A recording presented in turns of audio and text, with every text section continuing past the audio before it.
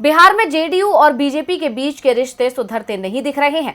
2020 में हुए विधानसभा चुनावों के बाद से ही दोनों दलों के बीच शुरू हुआ टकराव लगातार बढ़ता जा रहा है। बीजेपी नेता खुद को बड़ा दल बताते हुए नीतीश पर दबाव बना रहे हैं, तो जेडीयू साफ कर चुका है कि बिहार में एनडीए तभी तक है जब तक नीतीश कुमार बिहार में इसका नेतृत्व कर रहे हैं। नीतीश हटे तो बिहार में एनडीए में खत्म हो जाएगा। इस बीच अधिकारियों की ट्रांसफर पोस्टिंग को लेकर बीजेपी और जेडीयू आमने सामने आ गए हैं। बिहार में बीजेपी नेता अपनी ही सरकार से नाराज दिखाई दे रहे हैं। पार्टी विधायकों की सरकार में नहीं चल रही है। नाराजगी दिखाने वालों में बीजेपी कोटे के मंत्री भी शामिल हैं।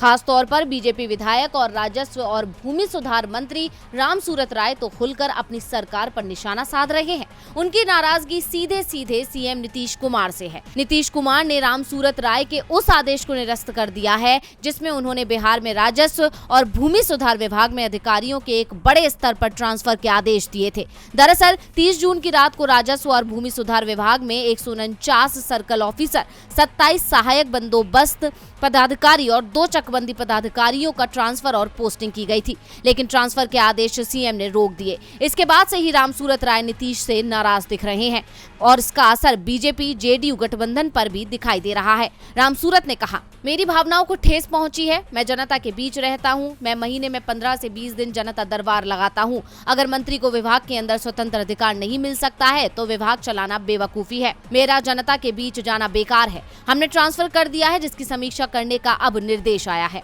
रामसूरत राय अकेले नहीं है जो नीतीश से नाराज हैं। बिहार बीजेपी अध्यक्ष संजय जायसवाल भी नीतीश कुमार पर लगातार निशाना साधते रहते हैं। बीजेपी और जेडीयू के बीच बढ़ती दूरी के चलते केंद्रीय नेतृत्व को बार बार प्रदेश बीजेपी प्रभारी धर्मेंद्र प्रधान को पटना भेजना पड़ रहा है। ऐसे में सवाल उठ रहे हैं कि रामसूरत राय की नाराजगी के बाद फिर धर्मेंद्र प्रधान पटना जाएंगे या फिर अब बीजेपी ने नीतीश से किनारा करने का ही मन बना लिया है। डीवी लाइव की रिपोर्ट।